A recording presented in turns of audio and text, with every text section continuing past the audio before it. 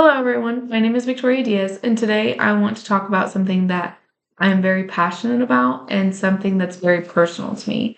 And this is the importance of cultural competence within mental health services, and especially in military communities. And this experience has shaped my identity as an authentic leader. And to me, an authentic leader means that, like being self aware, being vulnerable and honest, and just leading with your values. And so this kind of reflects the kind of social worker I aim to become. And I don't have any personal experience in mental health or social work. So this is just like a lived experience that I have learned from, or an issue that I have noticed, both as a service member who needed mental help and couldn't receive it, and then as a mother whose child needs mental health, but we just can't find care.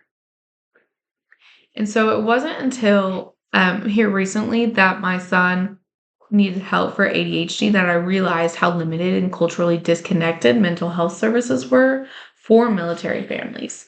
My son was struggling behaviorally, and I was desperate for help.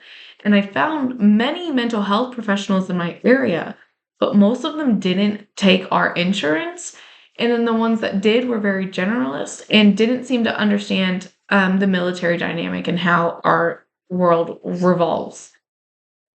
And so one therapist didn't grasp my son's behavior and how they my son is affected by my husband leaving, or the disruptions that in my son's routine with my husband being gone that leads also to more behavioral issues.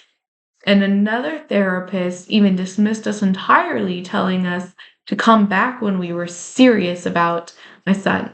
And the issue was never that we weren't serious. It's that my husband's work schedule does not look like a normal work schedule. He leaves frequently at days, weeks, months, and sometimes on a whim.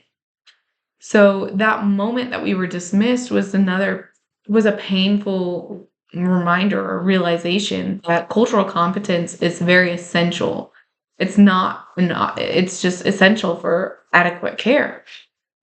And military families are incredibly diverse. We come from all over the world. We have different backgrounds, cultures, religions, but we all share the same military specific stressors like frequent moves, long separations, and these things shape our mental health needs.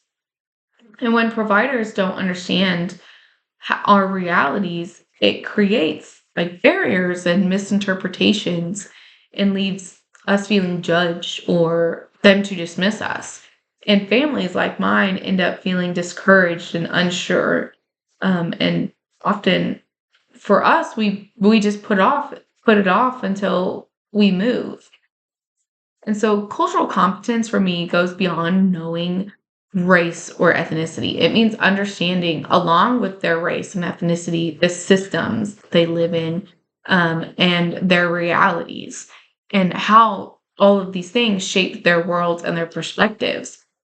And for military families, this does include deployments, training cycles, and the work demands of the service member, and the emotional toll that it has on not only spouses but kids, when they have a constant shift between stability and uncertainty. As social workers, I do believe that we are ethically obligated to practice cultural competence. And right now, for me, the lack of culturally competent providers in military communities I also acts as a social justice issue, because families, we can't provide providers who understand our lifestyle or accept our insurance and provide consistent care. So this experience has really shaped my journey into becoming part of the change, and I want to advocate for more accessible, culturally competent providers, ones who understand not only the military lifestyle but also our unique backgrounds that we bring into this lifestyle. And I'd like to push for more policies that make it easier for providers to work with military insurance, because right now it's really hard to get into. And military communities, I mean, people in general, deserve providers who see them, hear them, and understand the cultures they live in and the working dynamics that they live in. So my hope is to contribute to that change and do this by showing compassion, knowledge, and commitment to ethically and culturally responsive practice. Yeah. Thank you.